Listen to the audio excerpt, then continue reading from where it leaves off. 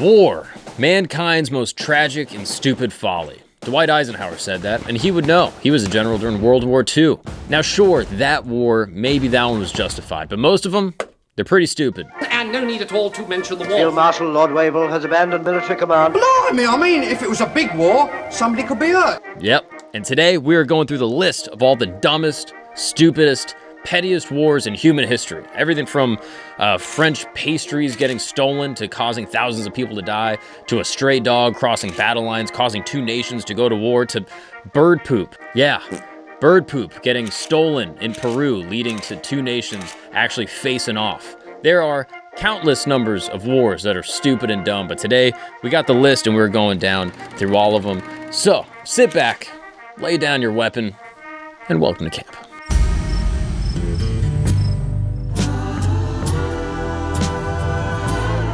What's up, people, and welcome back to camp.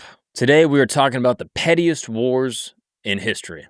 That's right, petty beefs, little misunderstandings, dumb ideas that turn into full-scale wars.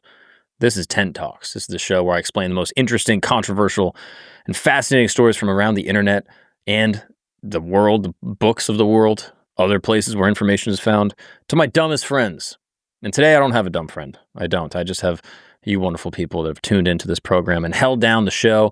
I'm also joined by my friend Christos, the producer of this wonderful program, the Greek freak himself, full head of hair, and all in all, just a good guy. A couple updates. We got camp goods right here. I'm wearing this hat. It's pretty nice. Christos, you have your camp gear? Of course.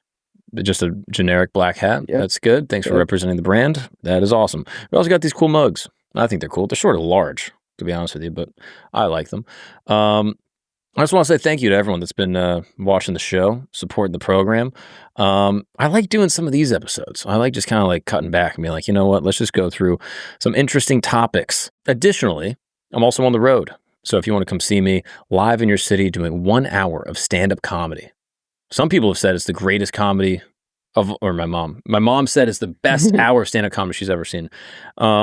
So if you have taste like my mother, I would love for you guys to come out. We got tickets on the website, themarkagnon.com, which sounds kind of pretentious. The Mark Agnon, like how many other Mark Agnons are? I mean, actually, I was gonna get markagnon.com. It is taken by an artist.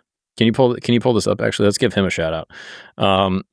He's a wonderful, I'm assuming French Canadian artist.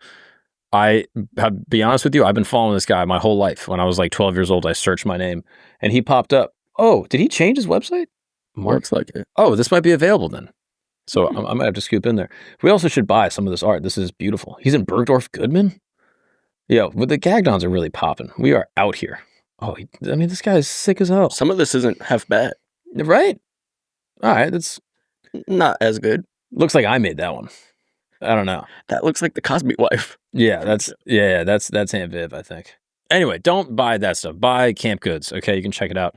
But today, we're not talking about any of that stuff, right? Today, we're just getting into the pettiest wars in history. Obviously, there's some justified wars, some wars that have happened in history that you're like, all right, Revolutionary War, that one's pretty sick. That didn't seem petty. The tea thing was a little petty. But I'm trying to think, what else? Crusades, as a Catholic. Sorry, Muslims. I'm going to say that one without knowing anything else about the Crusades other than the fact that, Catholics were just going buck wild. They lost, didn't they? Who cares really what the details are? All that matters is that it wasn't petty. All right, that was for God. But today we're talking about petty ones. I mean, we got a bunch here. We got a war over pastries, a football war, a war of a stray dog. I mean, a pig war. I mean, there's all sorts of wacky wars that have happened throughout time. All right, let's start with a good old war known as the War of Jenkins Ear. Have you heard of this? No, but I'm listening. Yeah. Jenkins Ear. This guy, Robert Jenkins, he was a Welsh master mariner from Llanelli. Can you Google where Llanelli is? I'm going to assume this is like somewhere in the United Kingdom. Robert Jenkins, the whitest name of all time. He commanded the Rebecca, a smuggling brig that operated in contested Caribbean waters during a time of rising tensions. We're talking 1731. That's right. April 1731, Jenkins' ship was boarded by Spanish Guarda Costa. If anyone doesn't speak Spanish, that's Coast Guard. Near Havana, Cuba. The Spanish vessel La Isabella, commanded by Juan Leon Fandino, intercepted the Rebecca on suspicions of smuggling. The boarding turned violent. Jenkins was subjected to various forms of mistreatment, including being hoisted up the mast and threatened with having his ship burned. During this encounter, Jenkins' ear was severed. It's disputed if it was by Fandino himself or by another Spanish officer. The British viewed such Spanish actions as, this word is something to do with pirates. Piratical? I've never heard that before. That's a great word. Piratical aggression against legitimate trade, while the Spaniards considered themselves law enforcers protecting their colonial trade monopoly against British smuggling. Both perspectives held some truth. Spanish colonial restrictions were severe, and British merchants frequently engaged in illicit trade. Oh, it's in Wales. Oh, he's Welsh. One of the toughest accents of all time. You ever heard a Welsh guy speak? Yeah, it's rough. It's insane. You can't understand a word that they're saying. I would actually love to get a Welshman on this pod. Gareth Bale, perhaps. That's him? That's him. No way. He looks like Caillou. Nah. He's got no hair. Who made this? Was this Mark Allen Gagnon? Is that who painted this? Kind of looks like it. What the Got heck? a coffee stain in the middle. Yeah, dude. Pull it together. Oh, he's getting his wig ripped off? Look at that. Oh, damn. Damn, bro. That's world star if I've ever seen one. Upon his return to England in 73 or 71, Jenkins presented his severed ear. Wow, he kept his ear. And he presented his severed ear to King George II and gave a formal deposition about the incident. Surprisingly, the affair initially garnered little public or political attention. For the next 7 years, Jenkins' case remained largely dormant while Britain and Spain engaged in diplomatic negotiations. But by 1738, British commercial interests grew increasingly frustrated with Spanish restrictions. The incident with Jenkins was dramatically revived during parliamentary debates as a symbol of Spanish cruelty. Cutting off someone's ear, that's like, yo, we could have killed you, but instead we just chopped your ear off. It's kind of badass to me. That's like a slap. Like, you get in a fight with someone, you don't punch him, you just slap him. It's like, look, I could knock you out, but I'm here just to teach you a lesson because you're not going to do shit. It's also hard to fight if you lost your ear. Imagine your balance is probably messed up. And you're on a boat. Come on. I would be seasick immediately. British government, eager to secure greater trade privileges with Spanish colonies, particularly the lucrative right to sell enslaved people under the Assento Agreement, used Jenkins' ear as a powerful propaganda tool to rally public support. Wow.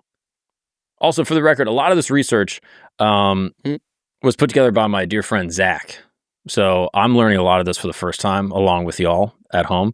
And we're just going to try to just become better, more educated citizens together.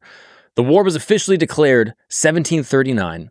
And over the next several years, fighting spread throughout the Caribbean. The British scored early victory by capturing Portobello, which is in Panama. However, their ambitious assault at Cartagena de Indias in 1741 ended in catastrophic failure. British expedition commanded by Admiral Edward Vernon was decimated not only by strong Spanish defenses, but also by tropical diseases and logistical failures. Wow.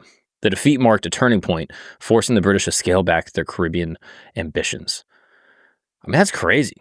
The conflict continued with minor engagements in Florida, Georgia, around Havana, and by 1740, European attention shifted to the War of Austrian Succession, a much larger conflict that engulfed the continent and diverted resources away from the Caribbean theater. The War of Jenkins Ear gradually merged into this broader European struggle. As for Jenkins himself, his role in history extended beyond the infamous ear incident. He later served as a captain for the East India Company and eventually became a supervisor on St. Helena Island. While the war that bore his name may have faded from political significance, Jenkins carried both the physical mark of his encounter with the Spanish and unusual distinction of having a war named after a part of his anatomy for the remainder of his life. I don't know, that feels pretty justified to me. That doesn't feel that petty.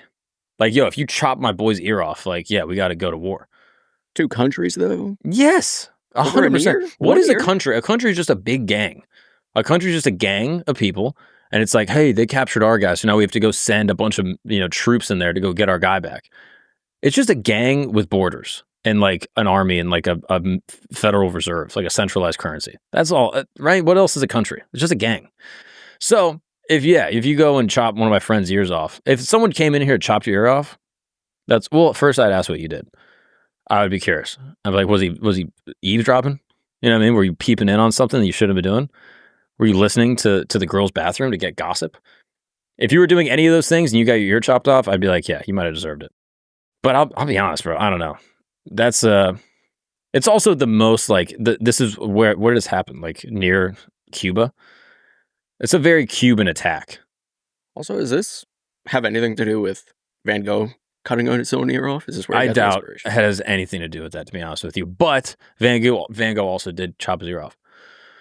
Yeah, I'm pretty sure also, what, in the Garden of Gethsemane with Jesus, someone got their ear chopped off? Like, I think one of the guards or something. A lot of ear chopping been going on throughout the ages. It is like the ultimate sign of like, hey, I'm just going to maim you physically where people will see it forever, but it's not going to like ruin your life. Plus, you have 2. And you have 2, like, right? 2. God gave you 2 ears. Right. So you listen twice as much as you speak. It's in the Bible. It's not in the Bible, but my mom used to say that. But I don't know. It is a very like Cuban way to defend yourself. Just like, yo, I'm going to fight you, bro. Like, you know what I mean? Like, yo, I'm just going to pull out my knife. Like, it's like a very much a switchblade tactic, you know? Like the British, I don't think would chop an ear off. I don't know. Can you search if the British ever chop people's ears off? That seems out of character for the Brits. I feel like they would just shoot someone or like enslave them or something. But yeah, I mean, the knife is like be honest, if you like try to seize Puerto Rico, I think you would probably get a couple ears chopped off. But yeah, I don't know. Starting a war over losing a piece of your body. If you chop my dick off, we're getting I'm petitioning to Trump. I'm like, yo, Donnie, let's get this thing going. It's actually called something. Cropping is the removal of a person's ear as an act of physical punishment. Wow. Oh, that makes sense because dog ears get cropped. And they have a name for it, so it happened a good amount of times, I would imagine. Yeah, I mean, after the 10th ear chopping, you're like, all right, we got to actually put this in the almanac, you know? Wow, cropping. But I feel like this makes it sound too cool. You know what I mean? Cropping? Because like if you crop a dog's ears, it's like, oh, they like do it to make them look cooler. Like you've seen when they do this with dogs, like their ears are all floppy and then they chop them just to make them stick up. Right. Which is probably the worst thing ever.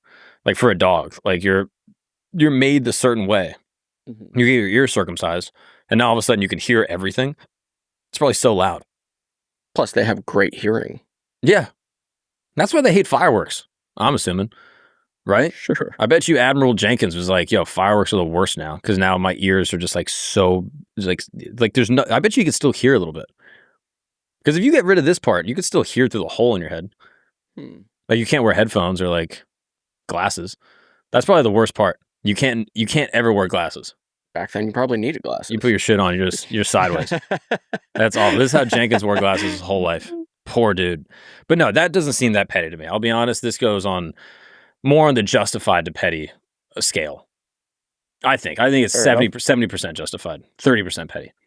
Also, the English were using it as a tool. It's like they were just looking for like, all right, what's our justification? Oh, you chopped his ear off. So I'm going to go more justified than petty. All right, the Pastry War. This one sounds already on the onset a little bit pettier. 1830s. During the early years of the Republic of Mexico, lawlessness abounded as various factions competed for power within the country. Many times, that fighting results in the destruction of private property. And since the Mexican government was relatively weak and unable to do much to prevent it, private citizens were often very frustrated by it. Foreigners were in particular trouble. Should bandits rob them, steal their stuff, destroy their property, they had little recourse with the Mexican government to be compensated.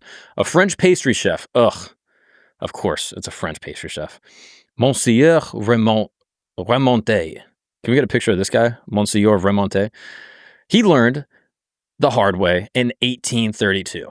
Remonte had a pastry shop in the outskirts of Mexico City called Tacubaya. The French take their pastries extremely seriously.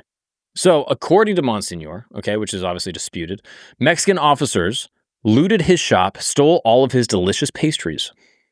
I'd be pissed off. He appealed to the Mexican government for compensation, and when no one came, he called on the powers in his homeland to do something about it. Citing Remontel's issues and those of many other French nationals living in Mexico, the government of France decided to fight a war over it. That's right. 1838, the French prime minister demanded that the Mexican government pay them 600,000 pesos in order to compensate for the loss of Remontel's pastry shop and various other French businesses in Mexico. I mean, that's wild. How much is that? 600,000 pesos. In 1838, that's probably close to $70 or even $80. That's wild. It's probably a few mil. Let me work on this. That's probably a few mil at least. So the French were like, yo, Mexico, pay up. I bet you they had a French Trump back in the day. It was like, Mexico's going to pay for it. The Mexicans, they will pay for the pastries. The Mexicans balked at the exorbitant sum. At the time, the average daily wage in Mexico was about 1 peso. So they wanted 600,000 times more than the daily wage. So what do the French do? They bucked up. They went to war. The French Navy immediately set up a blockade of all Mexican port cities in the Gulf of Mexico, from the Yucatan Peninsula to the Rio Grande to the Gulf of America. I actually don't even know if it's the Gulf of America. I just wanted to say that. Mm-hmm.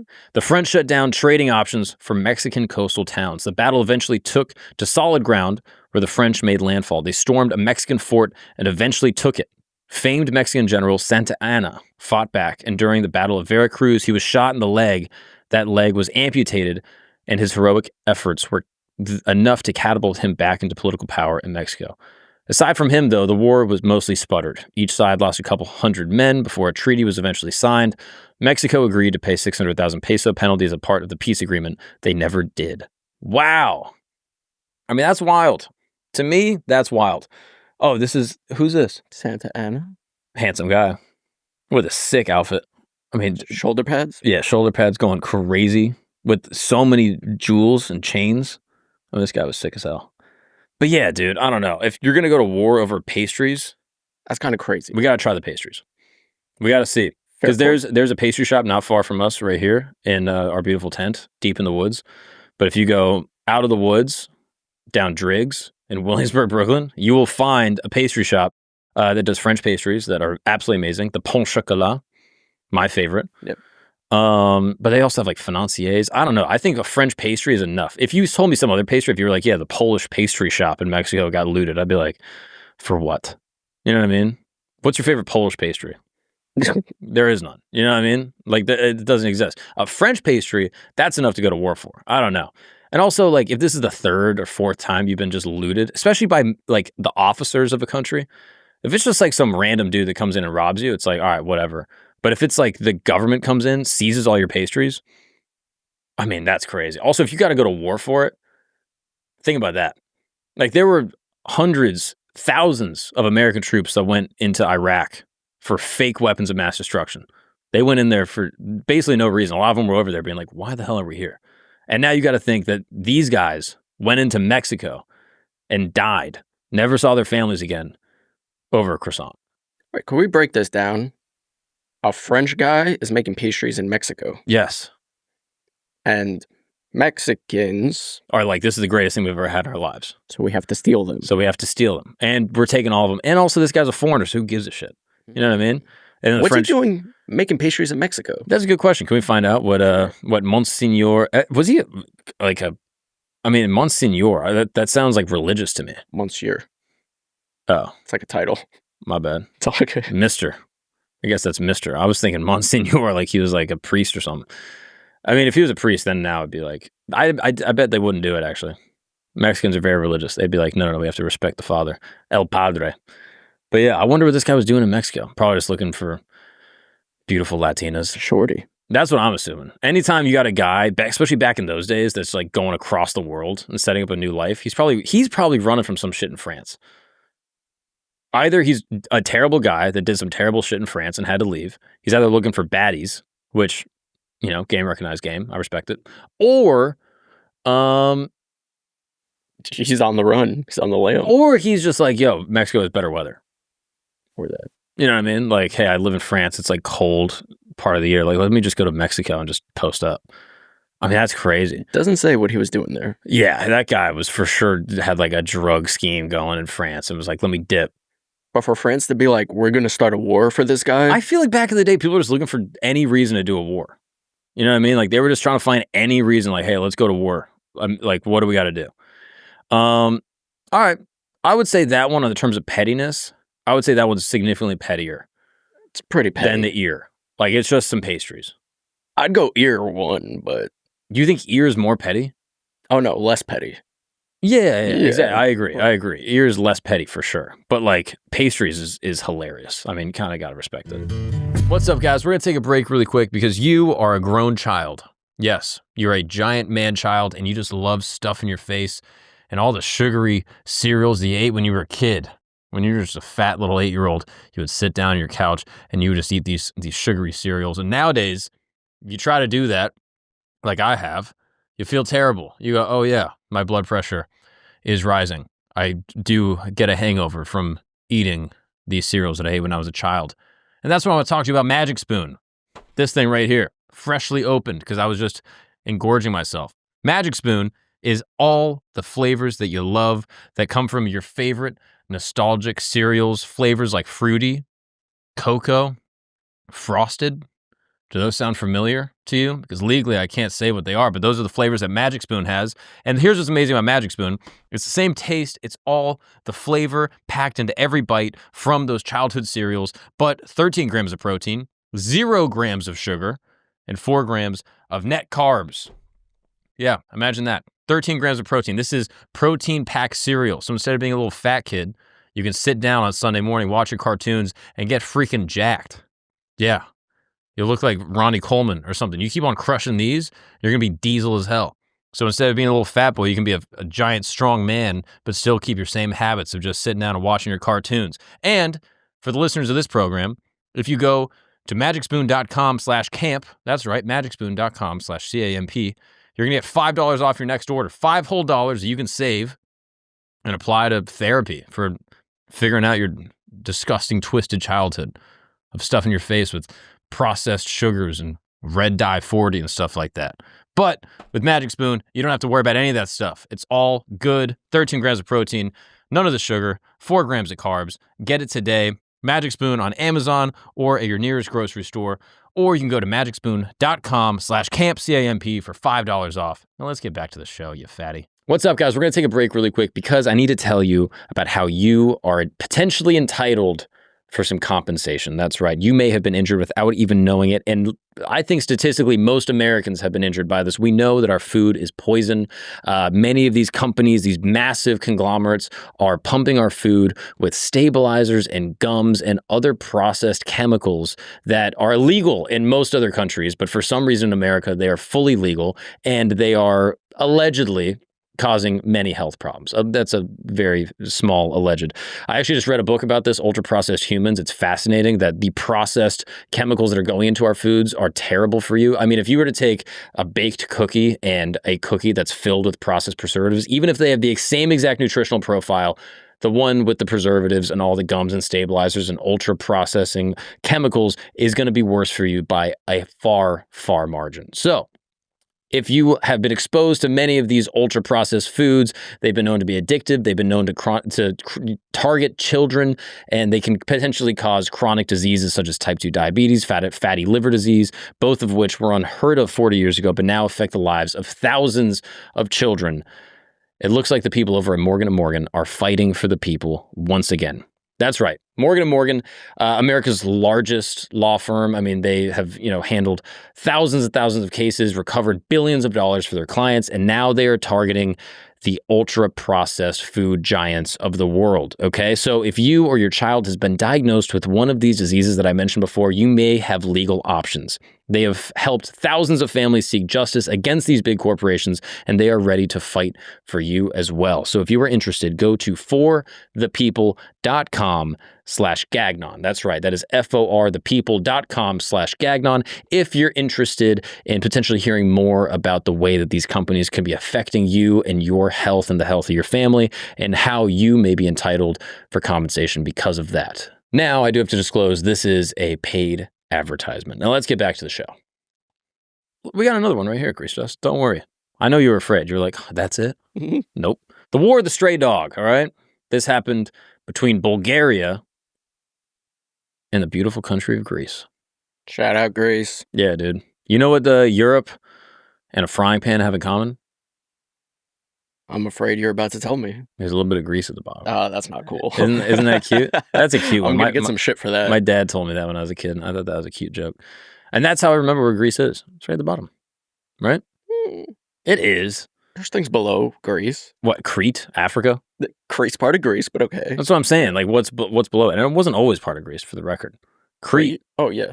The Turks got a piece of that. A lot of blood. The Nazis got a piece of that. The Egyptians got a piece of that. All right, that's enough. All right, sorry. Hurts still. Yeah, that's insult to injury.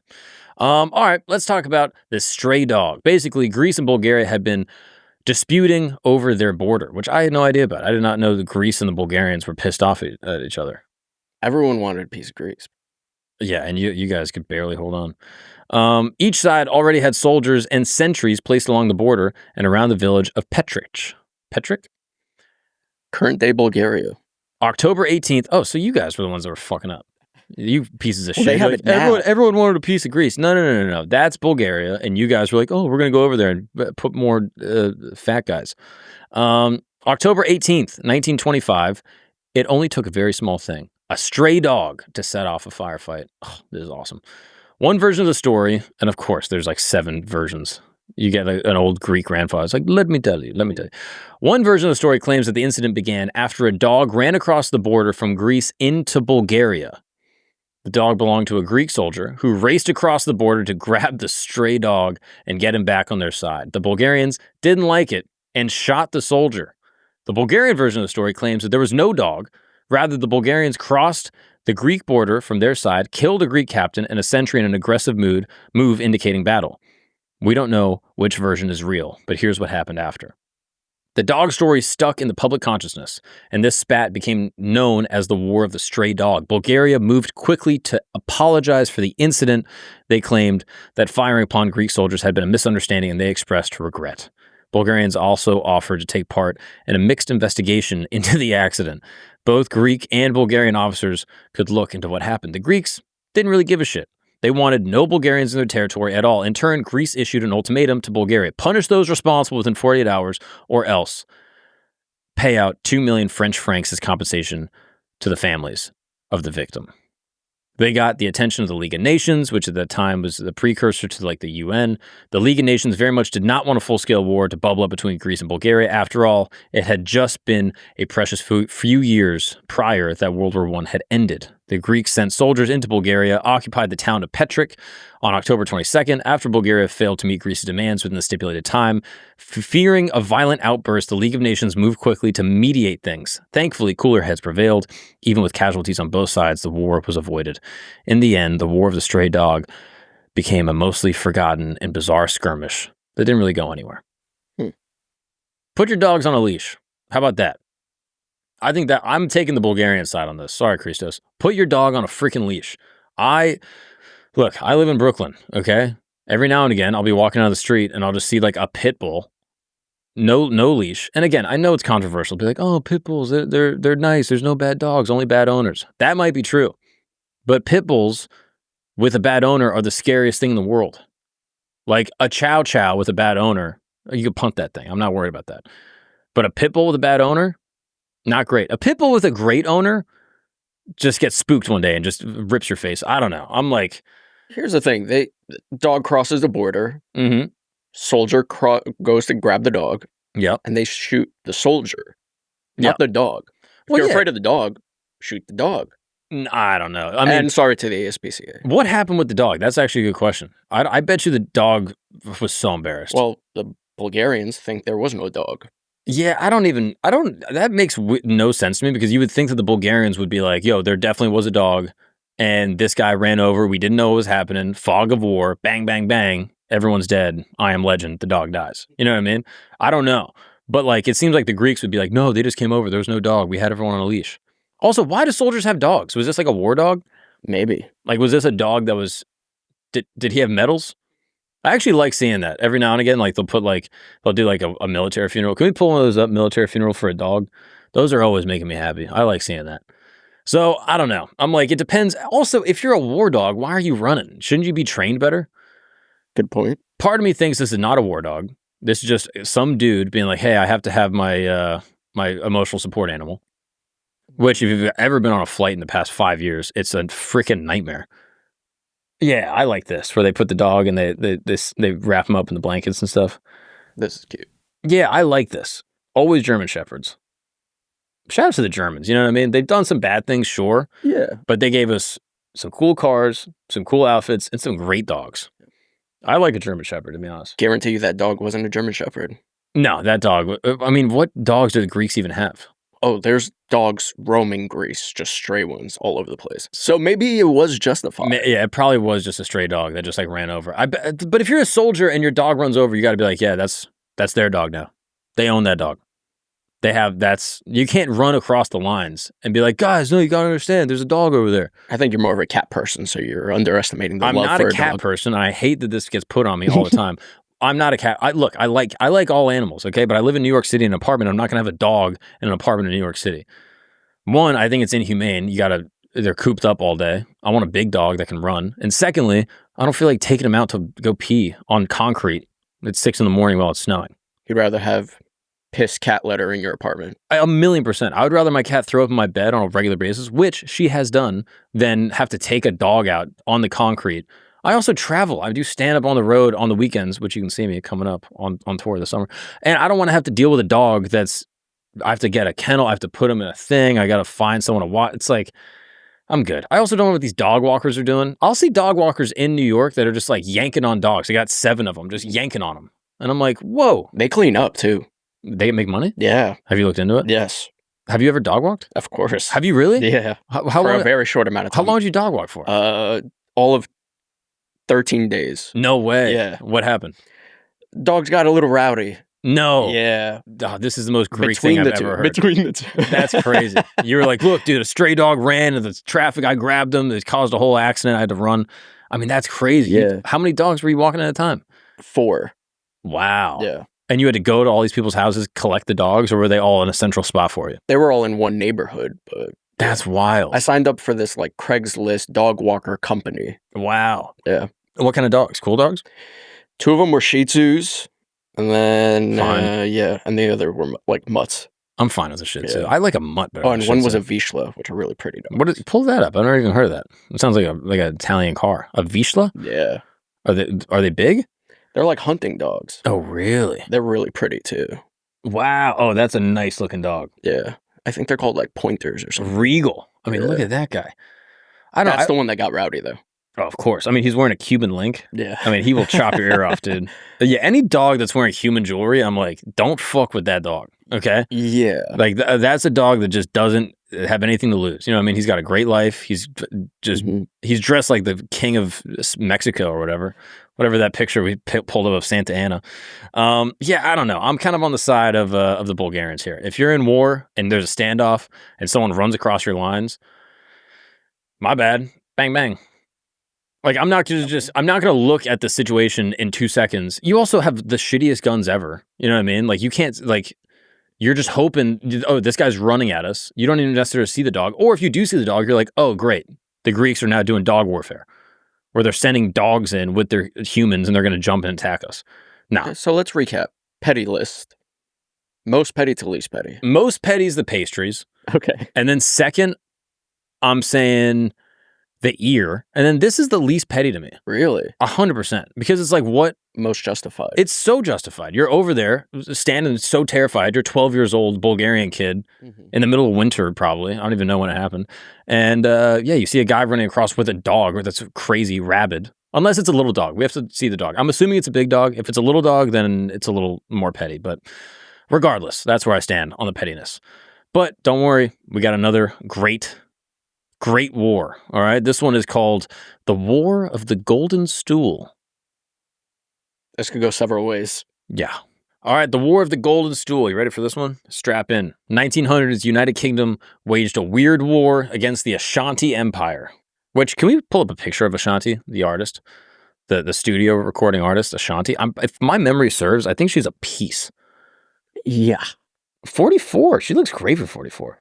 But regardless, Ashanti is an absolute piece. But I don't think she had anything to do with this empire in the early 1900s. Probably not. I don't think. Was that her real name, Ashanti, or was that like a stage name? It's actually interesting to find out. Because I wonder if that means something. Because this Ashanti Empire. Yeah. Wow. I wonder if she's Ghanan.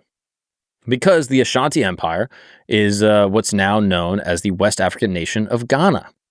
I did not know this in the early 1900s. The entire war was fought over Golden Stool, which was a long-standing sacred symbol of power that was held in great reverence by the Ashanti people. Basically, the British wanted to colonize the entire coastal region of Africa for themselves and disrespect the Golden Stool throne in the process, disrespecting the Ashanti people. So, tensions flared up 1896 when the British sent troops to occupy the region. Oh, we got to learn more about this stool. Because now, at first, I thought it was poop. Same. But now I'm thinking it's like a throne? I don't know. Basically, 1896, the British sent troops to occupy the region. 1900s, the Ashanti staged an uprising. They wanted the British off their land for the European power to give up their colonial dreams in West Africa. The British quickly suppressed the revolt, though, and then fully captured the Ashanti city of Kumasi. Wow, it's like an actual stool. My dumbass. It was a symbol of power in the Ashanti kingdom. Wow, I'm such an idiot. I was like, oh, this must be about shit. Mhm. I'm ashamed at how dumb I am. That's barely a stool. I mean, I guess it's a stool. What is a stool, right? I feel like a stool needs to be taller. This looks like the seat of a swing. Yeah, it's more like a golden swing seat. But yeah, what's the deal with this? It's for the Queen Mother. Mm-hmm. It's in the Children's Museum of Indianapolis. I mean, that's even more insulting. Like the Ashanti need to do another war against Indianapolis for having their stool in the Children's Museum. I mean, that's embarrassing. So the British captured Kumasi. The British deported all of Ashanti's traditional kings, the Asantehene, I like that, as well as all of his counselors. In turn, the Ashanti was fully annexed and became part of the United Kingdom's overseas controlled lands as a British colony. Sir Frederick Hodgson was the British administrator in charge of the entire newly formed colony and went to the Ashanti people and demanded to be allowed to sit on the Golden Stool. Come on, dude. Look, I get colonialism was a thing, okay? Back in the day, people didn't understand human rights, and they would just go and be like, you got shit, we want it. This is the story of humanity, okay? You don't got to go sit on the stool. It's like that just seems completely... oh my goodness. It says here on Wikipedia, if he could only get possession of the stool, he would be able to govern the country for all time. You dumbass. It's even worse than we thought. Like, bro, if you have guns, you can control the whole thing. You don't need the stool. I mean, this guy is like so arrogant. Hodgson reasoned that since he was in charge, he wanted to have the benefit of his rule including the traditional Golden Stool seat given to all the Ashanti kings. Not surprisingly, the Ashanti rejected this request and rushed the Golden Stool into hiding. What followed was the War of the Golden Stool between the British forces and Ashanti rebels. The battle lasted from March 1900 through September of that year. In total, just over 1,000 British soldiers were killed in various skirmishes, while more than 2,000 Ashanti men died in the conflict. Damn! That's a lot of death. For a stool. For a stool. I mean, I cannot believe this guy Hodgson was such a dickhead. He was like, I have to take the stool. The Golden Stool wasn't brought out of hiding even after the war ended in September. In 1921, a group of African road workers discovered the stool while out on a construction project. They stripped much of the gold from it. Come on, guys. Ugh, I hate that that's how that happened. I wish that they found it and they were like, these motherfuckers kept the stool. And they were like, yeah, we're going to put our king on it. Ashanti leaders called for their execution, but the British took the road workers into custody and eventually negotiated that they would merely be banished rather than killed. Then the Golden Stool was finally brought out of hiding and returned to its rightful Ashanti owners. And then to the Indianapolis Children's Museum. I mean, what the hell? How did it get there? I mean, that is messed up. I would assume that the U.S. took control of it. And then they were like, hey, we need the stool. Right. So we could do a story time. Right. Put a drag queen on there and read to the kids in Indianapolis. I mean, that's crazy. Probably part of the treaty. I mean, what an idiot that this guy was like, all right, I'm the king. Look, dude, you're not the king. You go there, you take all the resources, you kill all the people, and then you leave. Like, what? Like, the audacity to be like, I'm the king. I completely understand the Ashanti here. They're like, hey, you guys win fair and square, but you don't have to, like, desecrate our thing. Be cool. Be cool with your colonization. You know what I mean? Like, if someone robs me, and they come into my house, they say, hey, give me your wallet, give me your TV, da-da-da-da. I'm like, that's fine. And then they take my special mug and they go, we're sitting in your special lazy boy and we're watching Severance on your TV. I'd be like, this is not even benefiting you. It's overkill. You're just doing this to piss me off. So it's like, hey, if you want to be a good colonist, why are you going over there and stealing the stool? I mean, that just seems crazy. I don't know. This seems it seems petty. This one is tricky because it's so completely petty from the British side. Right. Not petty from the Ashanti side, but super petty. I mean, don't do that. This reminds me of that woman that climbed up the Aztec pyramid, which also, I think she was British. You never saw this? No. Some woman like recently climbed to the top of the Aztec pyramid, like looked inside and was like running around. And then when she came down, people just like beat the shit out of her. They were like they had sticks like guards and they were just like, get off the thing. She climbed just to get a view? Just like take a peek. She was like, yeah, it's fine. I can do this. The audacity. But yeah, the Golden Stool. I mean, this is a crazy war. I cannot believe 3,000 people died for this. Like at a certain point, also, I guess from the Ashanti side, you got to be like, hey, we got conquered. It sucks. Like, this is like, all right, you know? To the winner goes the spoils kind of thing. get it's like, just don't do it in front of us. I don't know. No, I'm pissed off. I'm completely on the Ashanti side on this one because that's dumb as hell. Oh, this is a great one. The football war. Not the football you're thinking of. The actual football. Football. The world's game. And this one happened recently. 1969. The Beatles were already making music by the time the football war happened between Honduras and El Salvador. Oh, do I have some Honduran soccer stories? I went to Honduras for 2 weeks every summer in high school. Oh, wow. We went to Tegucigalpa and San Pedro Sula. And we would play soccer against the locals. And these guys, vicious. Really? You never met like a more hardcore soccer fan that liked to play rough and hard than a Honduran. Never in my life. And I thought it was just like the guys we were playing against. If you ever watch Honduras and like the Copa America or like the CONCACAF, anything that where they play on a national stage, they are hardcore. Like they are just straight up like, I think they're Inca or they're Aztec. I don't think there's any like Spanish in them. They just fuck people up. Like their whole energy is like, yeah, these guys, they are crazy. These guys look like they want trouble. Yeah, they want to fuck you up. They don't care really that much about playing. They want to win, but more importantly, they just want to go cleats in on you. These are bad boys. So I'm like, El Salvador might have a point, but let's find out. The occasion was a competitive game with a shot to go to the 1970 World Cup. In the first game, June 8th in Tegucigalpa, Honduras wins 1-0, fair and square. The second game in San Salvador, the host team, El Salvador, wins 3-0. So the teams play a final playoff match in Mexico City.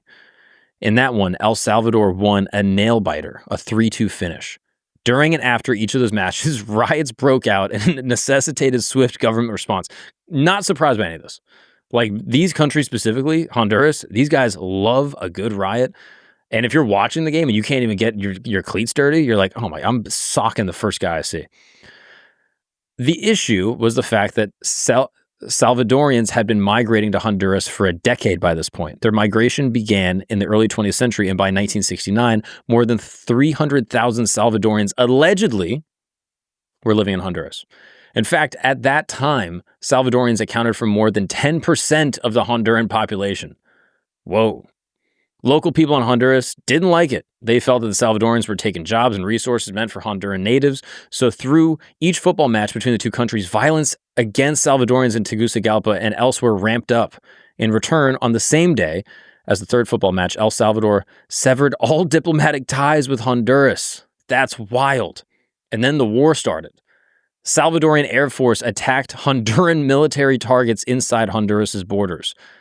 That caught the Honduras Air Force off guard, even though it was better equipped of the two countries in terms of military provisions. Over the next 4 days, fighting occurred in skirmishes and battles across Honduras.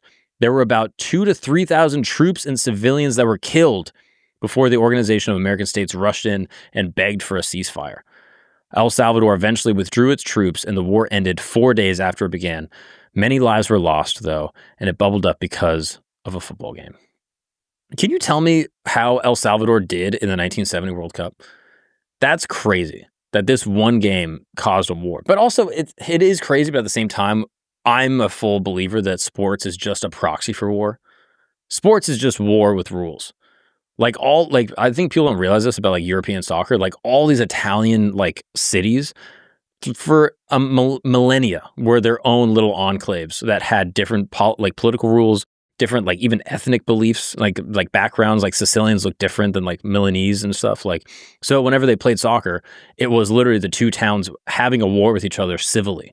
Like they just found infrastructure to fight. So whenever people look at like European soccer, they're always like, man, these guys are crazy. They're lighting flares. There's riots, da da da. It's like, yeah, because it's existing as a proxy for war. And this is no different. That's wild. All right, El Salvador. They cause a war. They cause an entire blow up in their own country. They've risked the lives of thousands of people. They win the game. They make it to the World Cup. And they play the USSR, lose 2-0. And then they play Belgium, lose 3-0. And then they play Mexico, lose 4-0, get knocked out without winning a game or scoring a point. Damn. Yeah. But also, they had a lot on their minds. They had a whole war going on. They had a lot on You got to think some of those players were in the war. Probably. So a couple died, They lost maybe. their striker. Yeah. He was literally in the Air Force. That's what they called him, a striker, because he was dropping bombs on the Hondurans. That's right. That's crazy. Yeah. I mean, look, I get that. Again, like all of these, it's just people kind of looking for a reason to fight. Yep. Like my wife always says this. Oh boy. If the reaction to the thing is above a 5, it's not about the thing. So like, my wife asked me to empty the dishwasher. I don't do it. She gets mad, freaks out. She's like, you don't empty the dishwasher. If it's above a 5, it's not about the dishwasher. It's about some other thing. You didn't do the bed that morning. I'm cheating. I have another family in Seattle. Like whatever the thing is, that is what's going to piss her off. And so I think the same thing goes here. Where like if the reaction is above a 5, like, oh, we're going to start a war and kill thousands of people. It's not about the soccer game, but the soccer game is the catalyst that caused the whole thing. Sure. Straw that broke the camel's back. Precisely. The straw that broke your wife's back. That is exactly. And not that my wife is a camel. She's a beautiful lady. Okay. Right. Similar humps. You know what I'm saying? But it's different. I can understand also if you're Honduras. It's hilarious to me because I actually never knew that Central American countries also, like, I can't believe Honduras feels about El Salvador the way we feel about all them. That's the undercurrent. You know what I mean? Yeah. Like, that would be like America playing Mexico. Right. And then, what is it? America win? No, yeah. Mexico wins. The first game. And then America wins, and then Mexico wins the whole thing, goes to the World Cup, and America's like, y'all, of course we couldn't score on you. You know what I mean? Yeah. You guys have a wall, but we don't. You know what I mean? That's what they should have done. The Hondurans, they needed a better wall on their border and in front of the goal. Also, it counts for, they counted for 10% of the Honduran population in El Salvador. That's a lot. That's a lot. Yeah. Which, it's so funny, because like from like the racist American perspective, Americans are like, there's a difference. You know what I mean? Like, there's like multiple guys listening to this right now in Wichita, Kansas, like, what is El Salvador? Right. They're like, I thought that was all. There's America, Mexico, Central America, South America, 4 countries. And apparently these countries are mad at each other. But yeah, no, that's a real thing. I completely understand. And the Hondurans, I played a soccer game one time. We were down there doing like a medical mission trip. So like we were like giving people. What's a medical mission? You go down there, you go up to the mountains where they don't necessarily have like dewormer and stuff, or like, like basic medical care. And you'll like see a guy with like a broken arm. And then like there's a surgeon that'll be like, hey, your arm never set properly. So like we're going to fix your arm. Or like, oh, the kid has a distended belly because they have a parasite. Here's a deworming pill that costs like 50 cents that's going to like get rid of your parasite. Or like, oh, you have bad eyes. Here's a free pair of glasses. And now you can see. And so we were down there for that. And then we played a soccer game at a hydroelectric plant in San Pedro Sula. So I forget who built it, but they built this giant hydroelectric dam that powered like the whole village. And on it were all the workers that maintained the hydroelectric dam. And they slept on the property.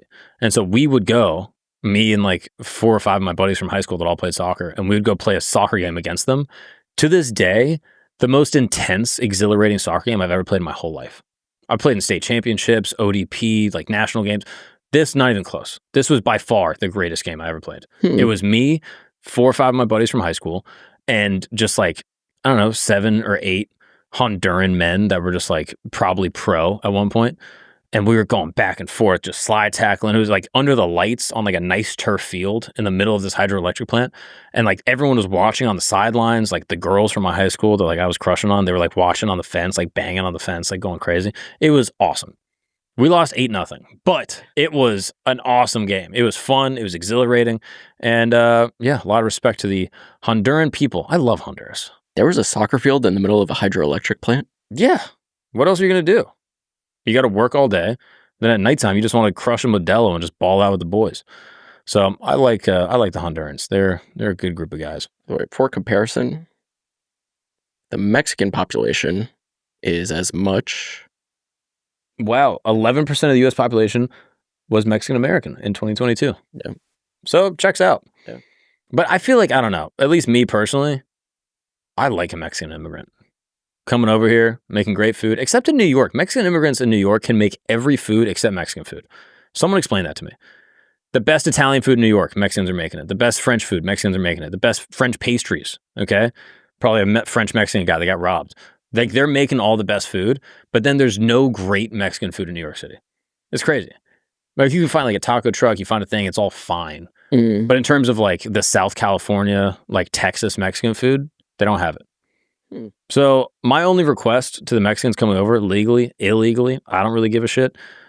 Bring the good hombres that are able to make like, I don't know, chilaquiles or like, I don't know, a taquito that slaps. Something. Maybe they're just the best learners of cuisine. But learn your own cuisine. Make it like your abuelita. Make it like mama. Do that.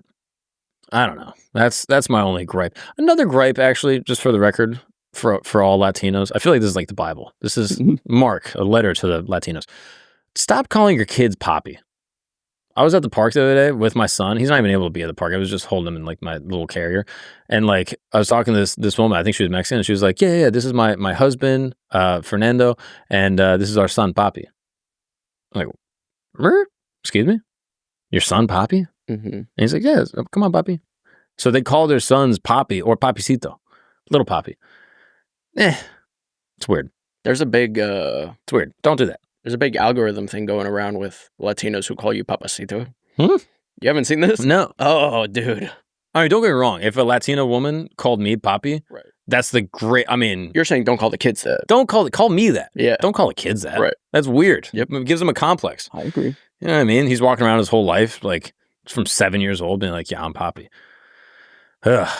Anyway, let me know what you think. If you're Latino, if your parents called you Papi, do you like it? Does it make you feel weird? I'd love to know. What's up, guys? We're going to take a break really quick because I'm sitting here in my beautiful tent, as you can see, every week, day in, day out. And people always ask, they say, Mark, how do I have a tent like that? I want to sit in a beautiful tent and invite a lover, a friend, you know, someone that I appreciate and adore. I want to give them a good time inside my tent. Well, it's easy. Thanks to the good folks over at BlueChew.com. That's right. Blue Chew is the original OG brand offering chewable tablets. And what do these tablets do? Oh, I'm glad you asked. They are going to give you just a stronger, harder, and longer lasting sexual performance. That's right. They're going to help you pitch a tent any place, anywhere.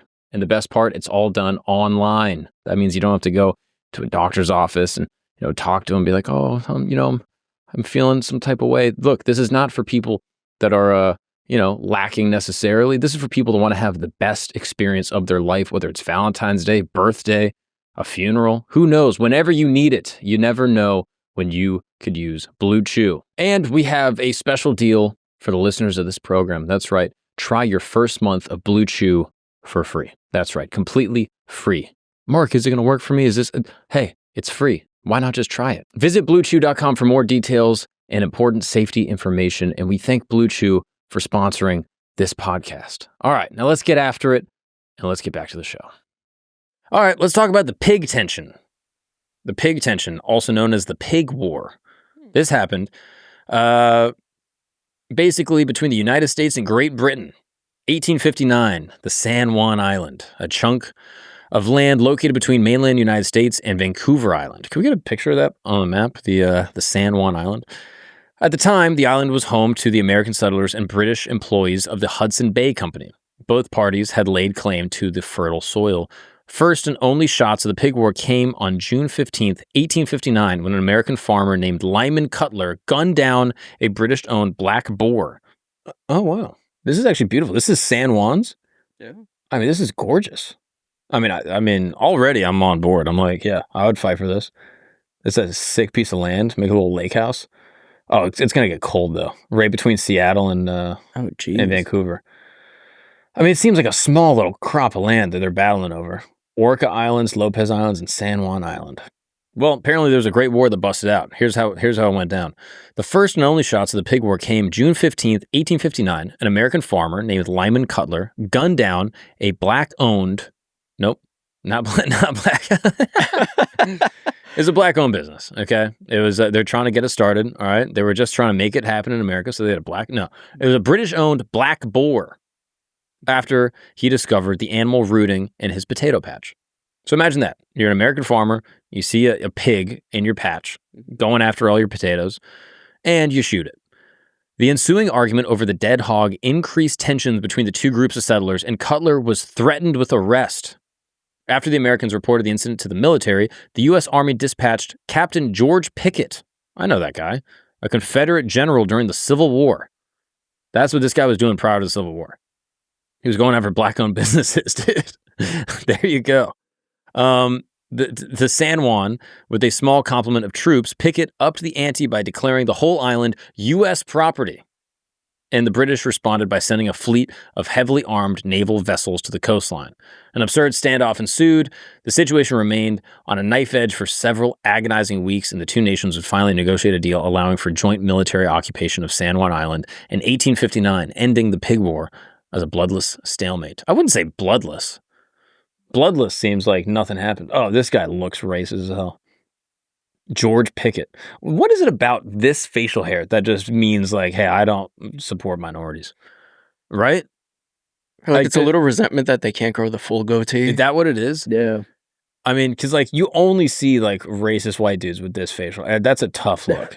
With like the long goatee, the long cover the lip stash so people can't see you saying that one word, you know? It just seems like all of them had this. I mean, so he was a Confederate guy? Yeah. I mean, crazy. George Pickett. Yeah, dude.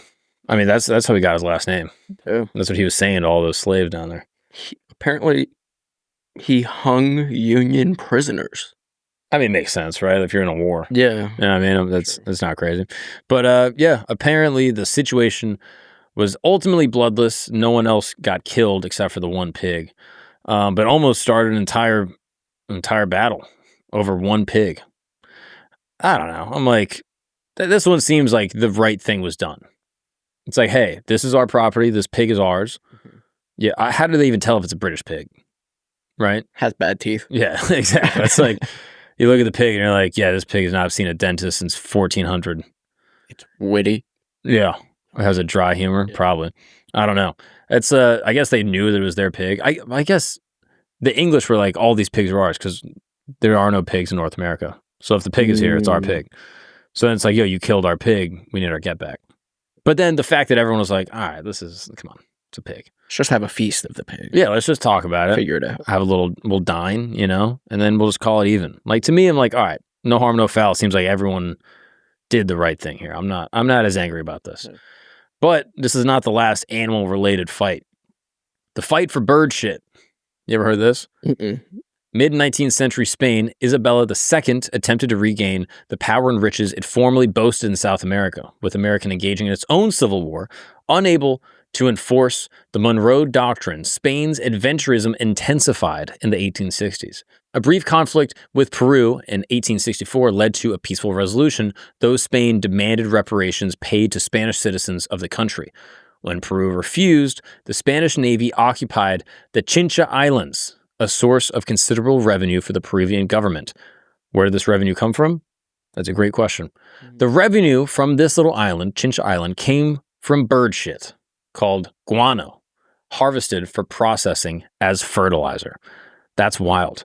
Also, is that a picture of Isabella II? This is. Oof. Not her best look. Some of the other pictures seem a little better. Oh, this is the OG Photoshop. The paintings of her look amazing, and then the pictures of her are like, oof. I mean, just back then, this meant she was wealthy. I guess. I don't know. I don't even believe that. I hear people say it all the time, like, no. Being pale and fat back in the day was a sign that you didn't work, that you were fed well, that you weren't in the sun, da-da-da-da. There's no way. Right? Like, part of me is like, I refuse to believe this. I know it's probably technically true, right, but just the part of me that, like, as a straight man, okay, and I'm not trying to brag, but I like chicks. Right. I feel like I know more or less, like, hey, being a giant fatty is suboptimal. But they say the wide-bearing hips are... Enough with this, bro. Come on. You're telling me you would take Isabella over Sofia Vergara? Sofia Vergara has childbearing hips. But she's not a fatty. You know what I mean? Right. She's got a fatty, but she's not fat. You know what I'm saying? Different beauty standards. No Instagram back then. Oh my goodness. It just seems wild that they did have beauty standards, because if you look at Isabella, the picture, she looks very different than the painting. Yeah. To me, that indicates that they knew something was up, and that this whole thing of like, oh, people that were fat were more attractive. This is revisionist history. This is British propaganda. They were like, no, they weren't fat. They were hot, actually. Right. You don't know, actually. They were actually super hot. And the hair, if their hair looked like Princess Leia. Yeah, if their hair looked like Star Wars, that actually was the hottest, because they meant they were from the future. This is revisionist history to the T. Sure. I'm not a fan of any of this.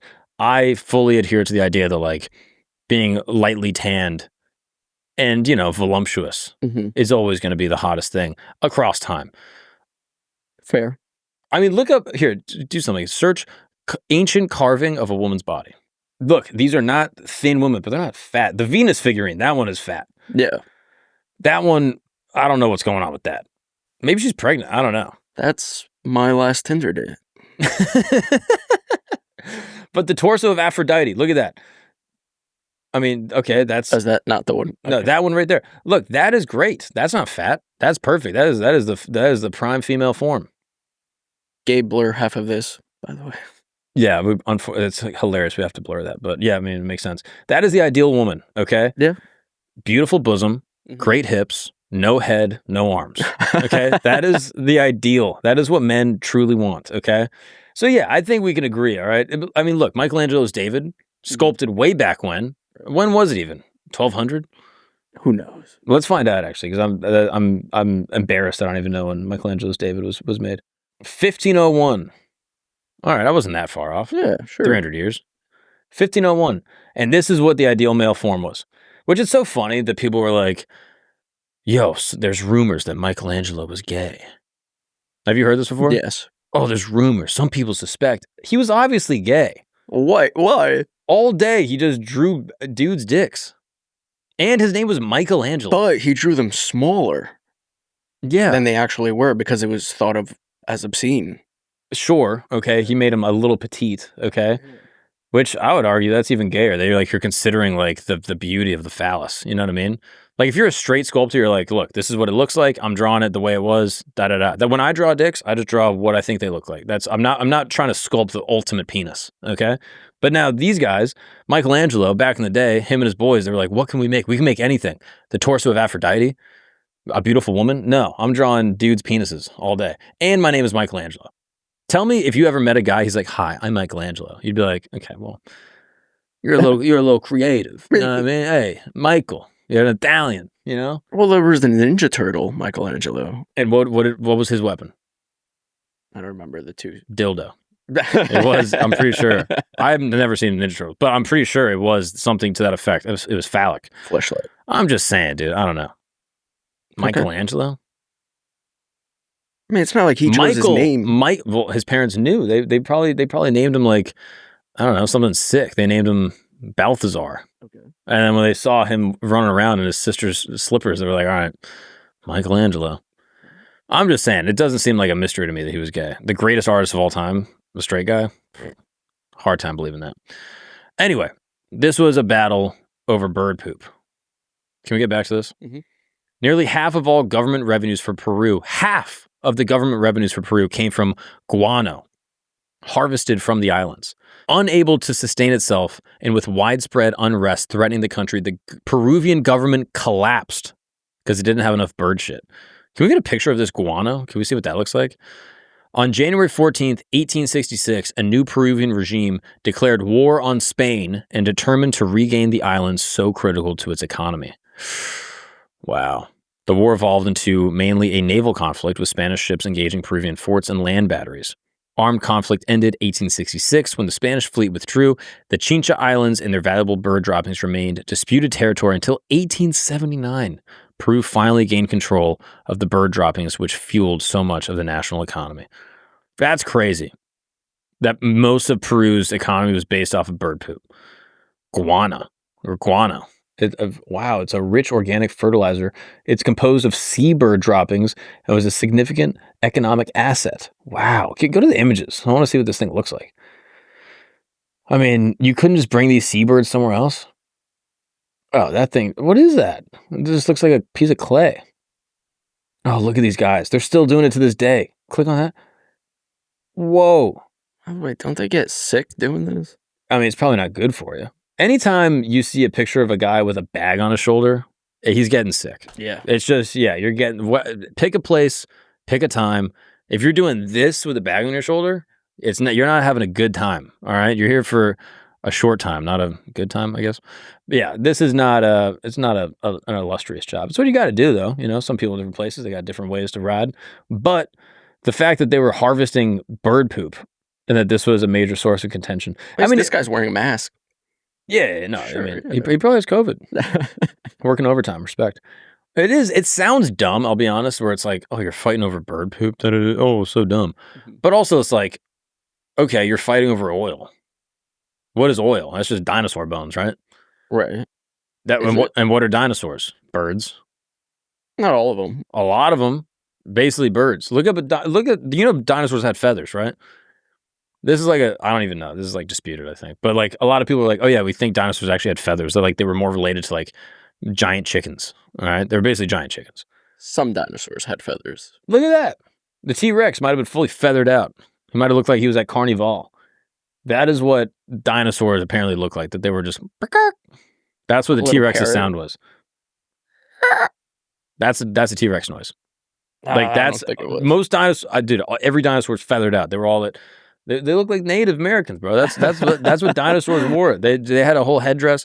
And all I'm saying is that, what is oil? Let's say it's dinosaur bones, okay? What are dinosaurs? Those are birds.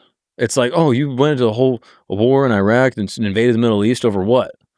Dead birds? Yeah. Dead bird fossils?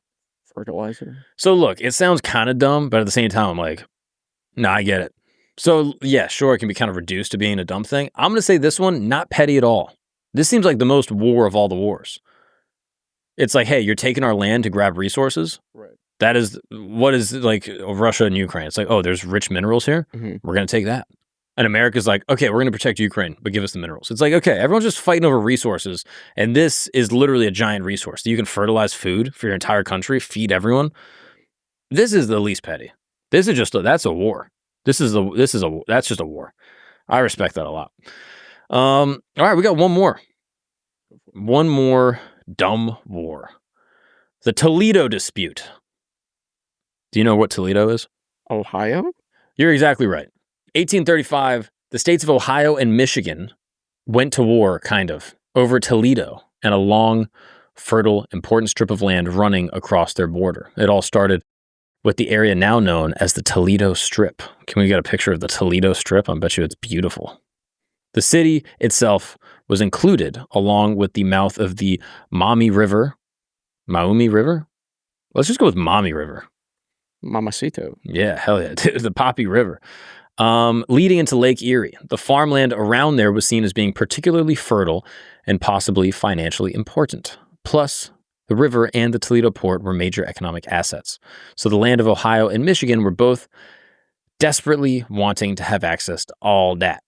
Without very clear boundaries, having been marked out in the prior century, both territories thought they were the ones with rightful access and dominion over Toledo and the Toledo Strip, which is now, I believe, a gentleman's club located in Ohio, I think. It should be. If it's not, I'm patenting that immediately. Or what you ask for when you get a wax. Yeah. Oh, yeah. Also, yeah. Give me one straight line down the middle of fentanyl.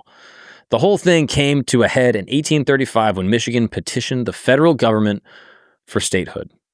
In doing so, they included Toledo and the entire Toledo Strip within their borders. What did Ohio think of this? They were pissed. Ohio was like, They didn't want to give up what they felt was theirs. I mean, it's named Toledo, which, as we know, that's Ohio. You know what I mean? Quickly, each state's governor passed legislation making it illegal for residents of the Toledo Strip to submit to the authority of the other state. Ugh, how awkward. Like you're rushing a fraternity and you're like, everyone's making promises. I don't know. Everyone's got a good offer. Both states then sent militia members to their respective sides of the Toledo Strip. Thankfully, no militiamen actually fought each other and nobody died.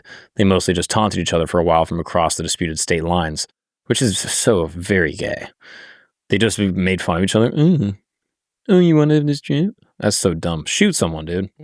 They just looked at each other from across the state lines, only once ever firing shots, which missed all their targets. In the end, one person was injured. Joseph Wood. He was a law enforcement officer who was stabbed during a minor dust-up as a part of the land dispute. Thankfully, he survived. By the summer of 1836, the U.S. Congress wanted the whole thing to end, so they brokered a compromise. Ohio would get claim to the entirety of the Toledo Strip, and in exchange, Michigan got 3/4 of the Upper Peninsula for themselves. At the time, Michigan felt that they got the raw end of the deal. However, it turned out the Upper Peninsula was very rich in minerals, and it ended up working out okay for them. See, there you go. That's just a good lesson right there. Hey, just sometimes it all works out. God's looking out for the Michiganders, you know? They didn't think it would at the time, but Michigan was in dire financial straits as they entered the Union. So they didn't have much sway to be able to turn down Congress's compromising demands. So it was one of the strangest, quote, wars in American history that was kind of fought over Toledo. I mean, that is probably the dumbest civil war. Like, of all, like, the internal American strife that's ever happened, Civil War, you're like, yeah, that's completely justified. I'm trying to think what else. When people in Philly destroyed Philly after they won the Super Bowl or something, like, all right, justified. This, Toledo, have you been to Toledo? No. Not worth fighting for. Okay. I'll be honest with you. Sorry, Ohio. It's really not. Is it a war if nobody dies? Yeah, I mean, what even counts as a war, right? It seems more like a skirmish, a dispute. I think that's probably a better way to put this. A dispute. This is a dispute. It's a domestic dispute, right? Like when a married couple, they're yelling at each other. Is that a fight? Is that a war? It's a dispute. For some couples. It's a dispute. That's all. You know? She goes on a girls' trip to Miami. That might be a war, actually. That, I think, is... That is... You got to call in American troops to invade Spain. Dog the bounty hunter. Exactly. You got to invade Cuba and you got to say, hey, what you guys are doing down in Miami to my wife, uncalled for, okay? Yeah. Get all these poppies out of here. All right? I agree. She went to Poppy Steak, run by a 6-year-old who got grand ideas from his mom. Anyway, these are some of the dumbest wars, dumbest tensions, dumbest disputes. And here's our ranking. Yeah, let's read. I think French pastry's got to be the pettiest because it's like, look, yeah, you got your shit ran. You know what I mean? That's the game. Like, you got jacked. I'm sorry. Like, you don't have to start a whole war over it. And the fact that people died in that one, crazy. Right. So that one I'm going to say is probably the most petty. And then the Toledo dispute, I mean, if we even count that as a war, I'm like, I don't even know. But also, I would put that low because I'm like, that is like land. If you're fighting over land, that's just every war ever, so whatever. Bird poo-poo is over minerals, so that's not petty. Yeah, so I'm fine with that being not petty. Football war, I'm going to put higher. I think football war has got to be 2. Really? Because, look, it is ultimately a war over immigration, which if you want to fight a war over that, I mean, whatever. But it's also like you did it after a football game, which is you're dumb. You're a bitch. You're a bitch for that. You guys lost. But you played soccer. Yeah, and you lose a game, you don't start a war over it. That's very dumb. Like, look, I get it makes sense to me, but also dumb. Right. And then the stool, I think, look, that both y'all got to be like, hey, we got beat. The other guy's got to be like, hey, I shouldn't sit on your stool. You know what I mean? And then I think Greek dog, yeah, the Greek dog, that one, like, I can understand both sides. Mm-hmm. Bird poop, that's a fully reasonable war. And then Toledo, I don't even know if you can count that one. And Jenkins Ear, we didn't even include that one. I'm going to put Jenkins Ear maybe at like 4. Yeah, probably maybe even 5. I don't know, somewhere in there. But yeah, those are the pettiest disputes, conflicts, wars in human history. Maybe we missed some. And if we did, I would love to know. Please shoot me a comment, write me a letter, maybe send me a gift in a box, including a small little piece of paper hidden in a secret cubby that contains the secrets of the most petty war of all time, if that's what you'd like to do. I would love to know what you think. I would also love just some comments here. Just fuck Miles. Drop one of those in the chat just for the vibes. And as always, this has been an episode of Camp. This has been Tent Talks, and I appreciate each and every one of you for holding us down and listening and supporting this show. It means the world. I read every one of your comments, the good and the bad. And I appreciate you guys for just holding us down and just being with us. You know, we're experimenting with all sorts of different types of content. Talking to experts, talking to people with crazy life stories, just having my comedy buddies, and then sometimes just talking to y'all, which I enjoy quite a lot, to be honest with you. So please write a comment. Let me know what you're thinking. If you have other topics for future episodes, I would love to know. Shoot me an email, drop them in the comments here. And as always, we got merch on the website. You can see that in the description. And also, I'm on the road. Check me out. I would love to see you. After every show, I say what's up to everybody that came out because it means the world to me. I mean, just a few years ago, I was doing open mics in Orlando, Florida, at a coffee shop for 4 drunk people. And now I get to go on the road and actually meet real comedy fans that like to hear wild jokes. And it just absolutely blows my mind that that is my life. It is truly a mind-bending experience. So I'm excited for you guys to come out and see me there. And as always, I'll see you here every week, twice a week, even sometimes on Sundays over at Religion Camp. We are dropping content all the time, and I'll see you there. Peace. If you've made it to the end of this episode, that's because you rock with us. And for that, we rock with you. You are sophisticated, you enjoy honest, true communication, a highbrow type of person that understands this. History is not just dates and names, it is a tapestry of human triumph and tragedy. From the day Nostradamus made his first prophecy to the morning Paul Revere took his midnight ride, from ancient oracles to modern revolutionaries. That is why I need you. If you have not already, please sign up for Today in History, our free newsletter. Today in History brings you the stories that matter, the moments that changed everything, and the secrets hidden in time. Join thousands of history enthusiasts who get their daily journey through time. Don't let another day of history pass you by. Take the conversation to your inbox. Sign up now through the QR code or link in the description. Today in History, because history's stories shape tomorrow's world. Thank you for watching the episode. We'll see you next time.